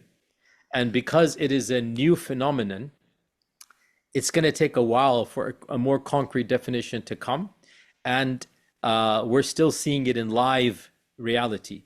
I'm a product of post-Salafism. I have been defined by academic papers. There's like 4 papers written about me, and a PhD at a university. I didn't know about this. I found out there's a PhD about me as well. So I have been described as a post-Salafi, and that's factually correct. Lots of other institutes, lots of other thinkers, in Arabia, Salman al-Auda has been described as being a post-Salafi. Hatim al-Auni is being described as being post-Salafi. Across the world, so many thinkers are basically, and what combines them are a number of things. First and foremost, all of them had some type of association within the movement. Secondly, they seem to have found the movement lacking in addressing the issues of the time. It's not doing its job to benefit the ummah directly. It seems a bit antiquated, a bit fundamentalist, thinking backwards, out of touch with reality. In my case, I will say frankly, obsessing over arcane issues of theology that are of little to no relevance to the modern world. But see, that accusation also applies to Sufis and Ash'aris and Maturidis as well. It's not just Salafis. To remain in this cultish bubble and to resurrect bygone controversies when the ummah is literally dying in Gaza, when we're fractured into 50 countries, when we have a high rate of ridda in our communities, and the preachers and teachers are still arguing over what does it mean istawa ala al-arsh, then honestly, anybody who does this publicly on Twitter, on YouTube, back and forth, honestly has lost the plot completely in my eyes, not just Salafis. And I realized 15 years ago, I don't want to do this. That's why I quit from the institute I used to be a part of. I stopped teaching abstract theology, even as I remain passionate about it, which is why I put it on YouTube for academic talks called, my library chats. That's for academic stuff. I don't preach from the mimbar, istawa ala al-arsh. I don't bash other Muslims because they celebrate or don't celebrate the Mawlid. These are utterly abstract theoretical issues of no relevance. Lots of people feel this way now. And they feel this way, I would say, because certain aspects of Salafism appeal to them at a younger age, but as they matured and as they themselves grew intellectually and wisdom-wise experience within communities, they realized what attracted them to Salafism might have been good, but it wasn't sufficient to deal with the problems of their eras and populations and cultures and even their children. Frankly, my children growing up was one of the reasons why I had to rethink through some of these things. It's not solving their problems, right? So post-Salafism represents this phenomenon at a global level, and lots of people and institutes can be characterized like this, where the defining characteristics of Salafism, kalam, anti-kalam, sifat, have been relegated to the back. They're still there, because post-Salafis don't become, Ash'ari cosmologists, They're still there. I still don't preach kalam when I preach theology, but I don't make it a big deal. A person who subscribes to kalam is not an evil person in my eyes at all, like zero. It means nothing to me at all. Whether you're Ash'ari, Sufi, Maturidi, Ibadi, it means nothing to me. I want to see what is your relationship with Allah and how are you treating the other people. To me, that's the most important thing. Do you genuinely have love of Allah, which is manifested in your akhlaq and your ibadat? How you categorize the sifat, frankly, it's an abstract, interesting project that I'd love to do still to this day, but in closed doors, with advanced students, with graduate level students. Let's bring together Ash'aris, Maturidis, Ibadis, Zaydis, Mu'tazilis, Ithna Asharis. Let's lock them in a room that are experts in their theology, and let's hash it out. And then when it comes time for dhuhr, let's go out and all pray together and have lunch together. That, to me, is what post-Salafism represents, because what we really need to discuss when we have lunch is, how do we make sure that our kids love Islam? How do we make sure that we diminish the rates of ridda? How do we deal with the problems of disunity, of sectarianism, of racism, of how do we deal with the realities of politics in our times and representation? These are the problems. And neither Salafis nor Sufis can solve them if they insist on going back to Ibn Taymiyyah and Ghazali. It's not going to solve the problems of, our president right now in America, or your rising Islamophobia in Europe or whatnot. It's not going to be solved. But all fundamentalist movements, including Salafism, all fundamentalist movements have adapted a safety blanket, a child safety blanket. When they see the monsters, the imaginary monsters outside, in this case real monsters, they just cover themselves with that imaginary blanket, that blanket which is going back to the past. I can't discuss modern Islamophobia, khalas, let me discuss the sifat issue because I'm comfortable doing that.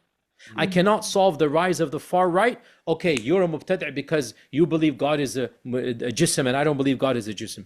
That is familiar territory. It empowers me. It gives me something to do. And I have people on the other side that can also engage in that. And that's 1% of the ummah. And while I debate, 99% of the ummah is burning. I'm sorry.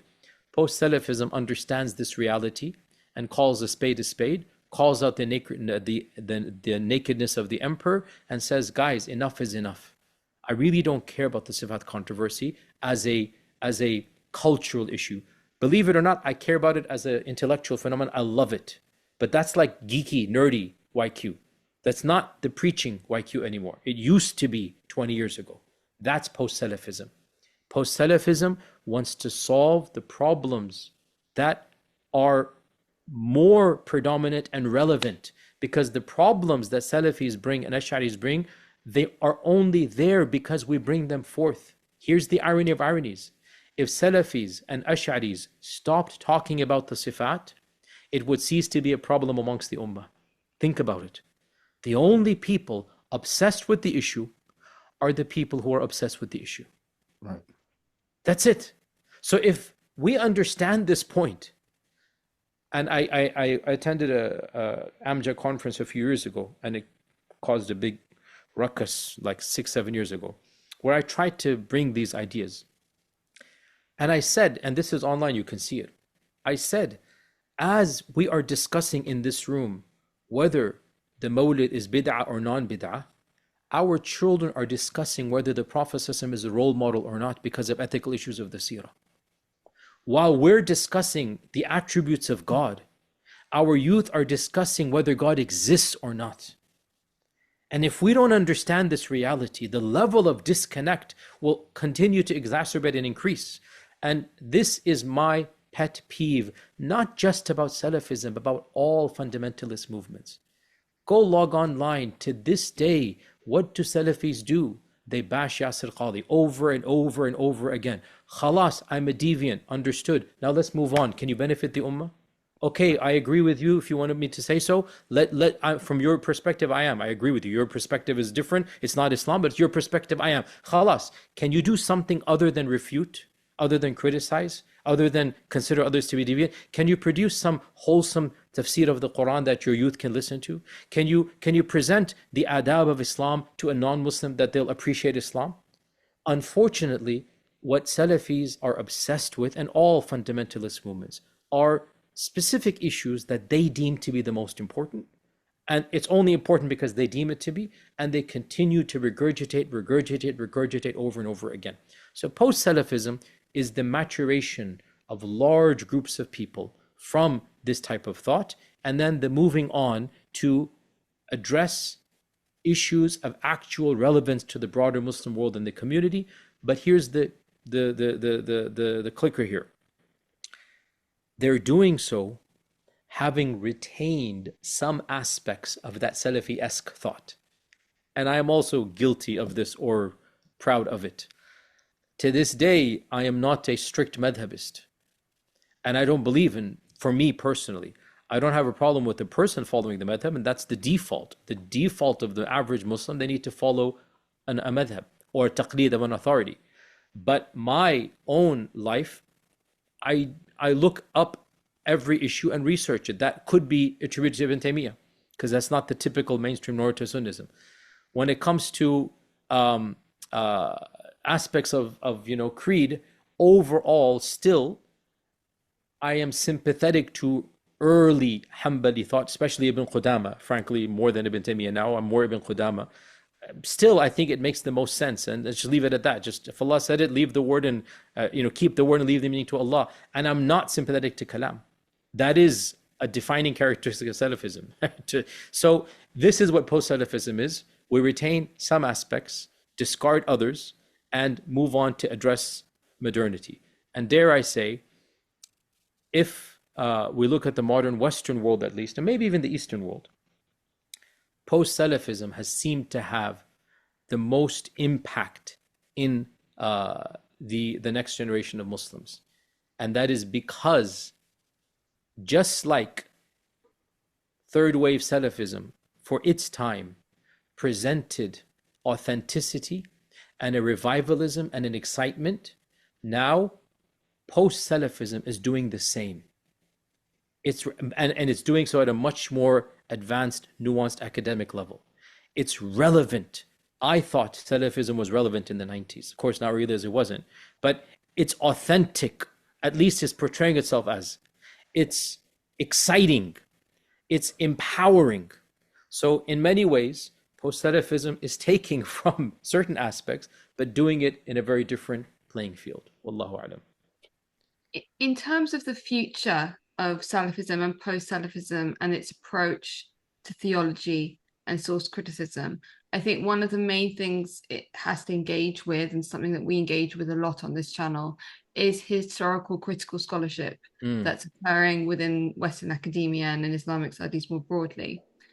One example that I think is very relevant is one of the most notable scholars in Quranic studies, employing the historical critical method, Nikolai Sinai, has concluded in his most recent book that actually the Salafi approach to the interpretation of the divine attributes is the one that is most in line with the clear reading of the Quranic text, and has even referred to Ibn Taymiyyah as an exemplary scholar in this regard. On the other hand, in the Western Academy, we have a very skeptical approach to the Hadith corpus and its ability to tell us anything really about the Prophet and actually what he did and said, which appears to be diametrically opposed to the Salafi theological emphasis on the Hadith canon. How do you think this sort of academic scholarship and also its increasing accessibility to lay believers will affect or influence the continued development of Salafi or post-Salafi thought? That is a very difficult question because it's very sensitive and because there's no easy answer and because we are witnessing this in live time. It's a very difficult question. And it is a question that I myself am grappling with at a personal level, at a believing level, and as an academic, and as a preacher and teacher. Without a doubt, studying Islam in the madrasa and then studying in the academy has shaped me. And I've spoken about this in a lot more detail. I have a lecture online, if you're interested. It's called Between the Madrasa and the Academy. And I go over and I highlight that there's good and bad in both. And one of our problems is that most people in the madrasa and most people in the academy are refusing to acknowledge the good of the other. And they only concentrate on the negatives of the other. And as somebody who's lived in both and is still involved to this day in both, I still attend, Amjad conferences I'm presenting and the other conferences I attend, and I still present papers, and I just published a book. This is my monograph. Had I still been in the academy, this would have got me my professorship.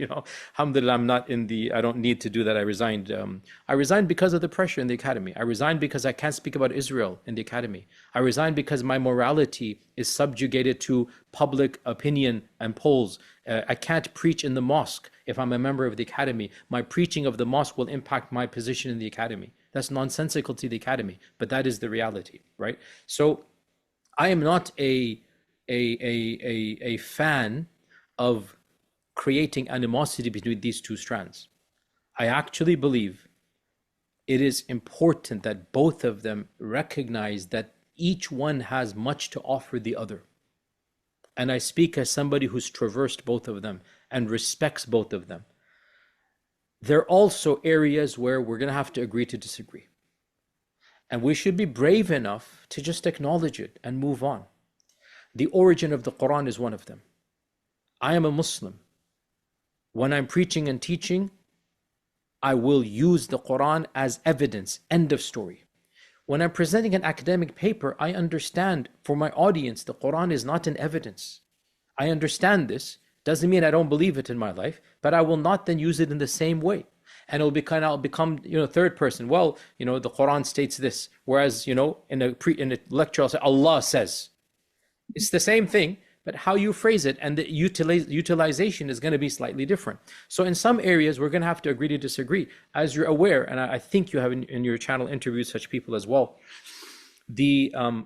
many of the modern academics love to discuss the origin of the Quran, right? Of like the parallels of other, like the Alexander story, other stories, right? And their goal here, even if it's not explicit, is very clear. Their goal is to illustrate that the Prophet ﷺ was very crafty, very ingenious, that he tapped into all of these legends and then he constructed the Quran, right? That is an inherent bias of the Western Academy because they're refusing to acknowledge the theological presumption that we have. And that is, the Quran is inspiration from Allah. I believe this. And therefore, that type of talk will just not resonate with me because I'm not. So we have to agree to disagree. Hadith is another area. We're going to have to agree to disagree. There is no. Now, I hope there is, but as of yet, as somebody who's my undergraduate was in the College of Hadith. So I specialized. And it is said, and I'm not just saying because I'm a graduate, this was the well-known reality, that the College of Hadith in the University of Medina in the 90s and the 70s, 80s, and 90s, they've changed it now. It was considered to be the most advanced study of Hadith at the undergraduate level in the entire world. And as somebody who went through that and has talked to other people from other institutes, I would very much agree with that, the amount of studying that we did. So what I'm trying to say is I've studied Hadith inside out. I have ijazat more than I do. I forgot how many I have. I have plenty of ijazat. And I've also studied the historical critical method. In fact, for a period of my life, my second year of Yale, before I decided Ibn Taymiyyah, I really wanted to write a PhD on the isnad analysis and basically a Muslim defense of it, which would have been utilizing the historical critical method. So anyway, my point being, I'm well aware. My preliminary conclusion, and please audience understand, I could be wrong. And if I'm wrong, please correct me. My preliminary conclusion is there is no middle ground. And historical critical method and isnad analysis are two diametrically opposed ways of looking at early Islam and reports, and I don't find much commonality between them as of yet. Obviously in small areas, yeah, but overall, two diametrically opposed epistemologies. That having been said, therefore, one will have to navigate the religious side of things if you are a believing Sunni, Hadith believer, in a different epistemology. And when you are arguing in the academic world, you'll have to use a different epistemology. So in some areas, there's good, healthy overlap. In some areas, we'll politely agree to disagree. And in some areas, they're diametrically opposed.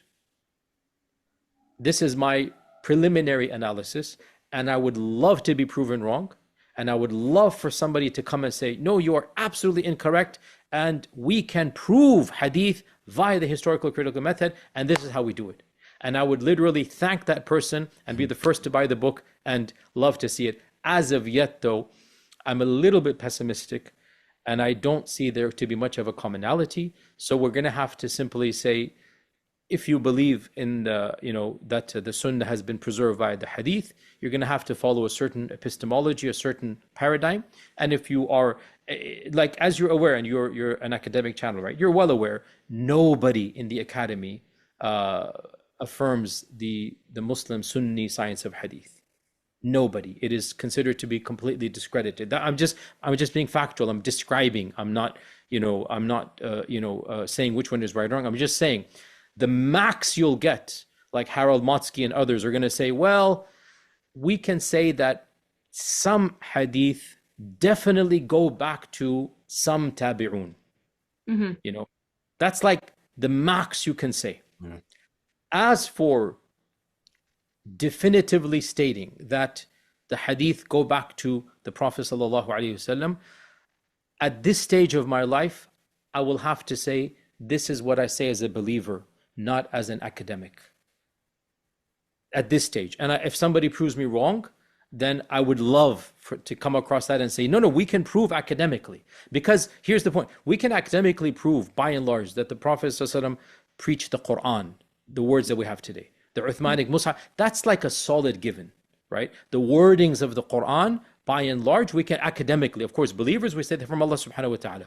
But the academy has pretty much proven scientifically, through the historical critical method, that there's an Uthmanic Mus'haf. Yeah. That much is beyond reasonable doubt. And the fact that there's an Uthmanic Mus'haf, we're talking about senior companions all being alive, right? So by and large, the normative interpretation of the modern academy is that what the Quran claims to be, the wordings of the Quran, the preaching of the Quran, the teaching of the Quran, the Prophet ﷺ said them. This is the mainstream, and we can prove this. As of yet, I don't think we can do that to the hadith literature. And we're just going to have to understand these are two different epistemologies. So when I become Shaykh Yasir and I go and preach and teach, I will quote Sahih Bukhari and I will quote Sahih Muslim and I will say قال الله قال رسوله صلى الله عليه وسلم, and that's the preacher. And I understand in the academy I cannot quote Bukhari and this will be what the Prophet said. I understand this, so I'm just going to have to use a different, epistemology. Does that answer your question? I don't know. Definitely. Yeah. As someone who has been considered the unofficial spokesman for mainstream Salafism in English for over 20 years, what is your relationship with the label Salafi today? And what is your advice to those who continue to see it as a core part of their religious identity? So firstly, for the record, realize I didn't say I'm the unofficial spokesperson. Other people have said this. So some of my critics say that I'm putting myself above. I never claimed this, and that's not, there is no official or unofficial, but articles and academic journals and even at the time people would say stuff like this. So I never make this claim. That's a big claim to make. Let me just say I was extremely active in preaching and teaching for 2 decades of my life, because I started giving khutbahs and durus even before going to Medina in the mid 90s, and I continued very clearly on that trajectory, and writing books, translating Ibn Taymiyyah, translating Abdul Wahhab. The first Kitab al-Tawheed translation, I did it. The first Qawaid al-Arba' and all of these books, I did them. And I taught through the institutes I was affiliated with. I physically taught concepts of Wahhabism, of Ibn Abdul Wahhab, to quite literally over 200,000 people, quite literally, because that was my full-time job. Every weekend traveling, and every class had on average 300, 400 people, full weekend seminars. And this is teaching Wahhabi theology. It's teaching Ibn Abdul Wahhab in modern English. We're literally talking about tawassul, tabarruk, istighatha. That was my class for a decade, So when people say that I was the unofficial spokesperson, I don't like that term. But I will say, quite factually, I was one of the main preachers and teachers of the movement academically and intellectually for quite a period of time. And my writings still are there, and my lectures from that phase are still there, and everybody knows this. That having been said, obviously, that's one of the reasons why when I moved on, I had to make a public notice about it. I say, hey, I no longer say these types of things. And it's not evil. Salafis want to prioritize the worship of God. So in some ways, you want them to say, let's not prostrate to graves. I agree. Why should you want to prostrate to a grave? My issue comes when Salafis say, oh, but you're a kafir when you do that, right? That's where our issue comes here. So it's not as if I'm rejecting, it's just moving on. Now, your question was, what do I say of this label, and what is my relationship with the people in the movement? Obviously, the label, I never even used it, even when I was preaching and teaching publicly. I would sometimes call myself a pacifist Salafi, but even that was done to shock and awe the audience when they needed to hear that I'm coming from that. Otherwise, I didn't like the label and I didn't use it. And of course, now I don't use it at all. But what I said in the book, at the end of the book, my perception of the actual first generations of Islam, which I think you quoted on your Twitter account, it's very clear to me that there was a vibrancy and an open-mindedness and a spectrum of ideas when it comes to so many issues.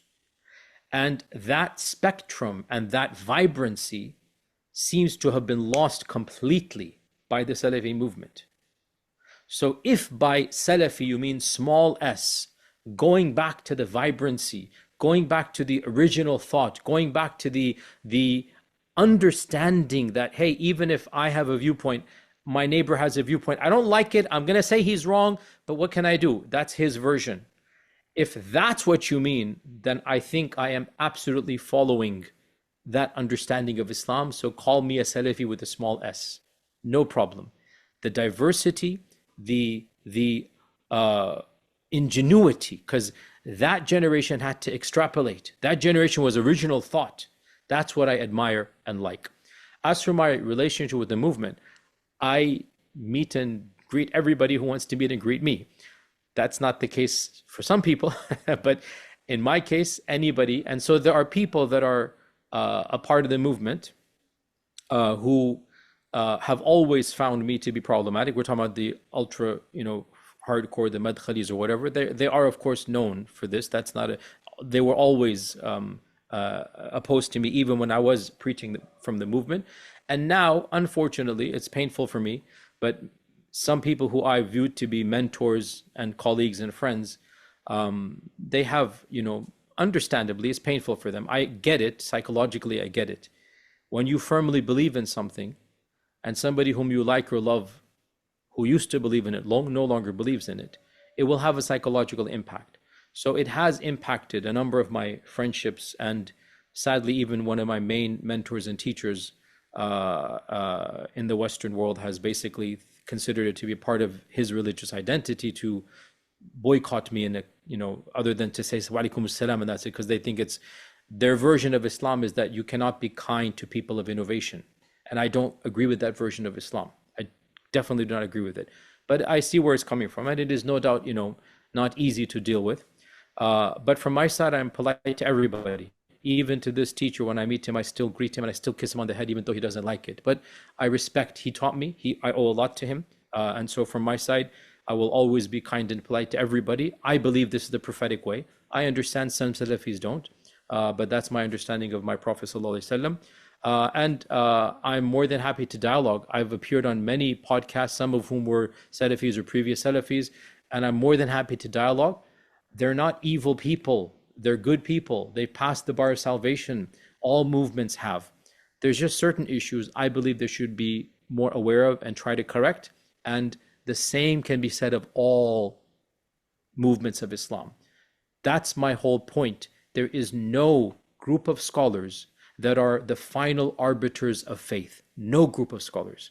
There's only one individual, and his name is Muhammad sallallahu alaihi wasallam, that we have to follow unconditionally. Everybody else, including Ibn Taymiyyah, much less the modern Salafi scholars, they're human beings. And so if I disagree, that should not make me an evil person. That's my opinion. And if you disagree with me, that doesn't make you an evil person either. Like I said, I define piety in a very different manner. Do you really love Allah, and do you want to worship Allah? And do you treat the creation of Allah in the way that Allah wants you to treat them? That to me is the essence of piety. That's how I judge people. What your abstract theology is, even if I disagree, and even if I talk to you and say, I think you're wrong there, I don't need to be rude to you. I don't need to spit in your face. I don't need to boycott you. Sorry to be harsh, what a childish thing to do. Because I don't agree with your view, I'm going to turn my back on you. I'm not going to say salam. I don't find this to be befitting academically, religiously, spiritually. So I do disagree with those interpretations. But in the end of the day, I can't impose my will on other people, so they choose to live their lives as they want, and I will live my life as I. And in the end, we all are accountable to our Creator. And I hope and pray, all of us, even those that don't get along in this world, inshallah, all of us will enter up into Jannah. And once we're there, as Allah says in the Quran, وَنَزَعْنَا مَا فِي صُدُورٍ مِّنْ غِلٍّ, we're going to remove all the animosity in their hearts. That's what I'm looking forward to on that day, inshallah. God willing. And on that note, Dr. Qadhi, thank you for your time to discuss your phenomenal book. I encourage all of our audience to go out and read it. It was a very enjoyable read, an easy read. Free plug, here it is. And I have it behind me myself. But yeah, if there's anything else that you would like to leave us with before we end this podcast, your time has been enjoyable. Your book has been phenomenal. The stage is yours. The main caveat I always state, and I've said this in this interview as well, my goal is not to exacerbate any type of tension or sectarianism. Unfortunately, when you talk about trends, inevitably some issues do happen. My goal really is to achieve as much love and harmony and unity amongst the Muslims as possible, and to empathize with different strands. Even if you disagree, I am not saying all strands are the same. I'm not preaching relativism. What I am saying is that perhaps the differences have been exaggerated more than they need to. That's what I'm saying. And perhaps even if we disagree, we can still get along for other projects and good. That's what I'm saying. So Salafism, to conclude, is a very, very ancient strand of Sunni Islam. It predates the formation of Sunnism, actually, and it has been manifested in various iterations, and it has a lot of positives. However, it has also been quite amorphous and navigated and permutated through many different ways in different manifestations, which indicates the humanity of the movement. Once the modern practitioners understand this, they can understand, then maybe for their modern iteration, they can fine tune it a little bit more, cut down some of the hostility against other movements.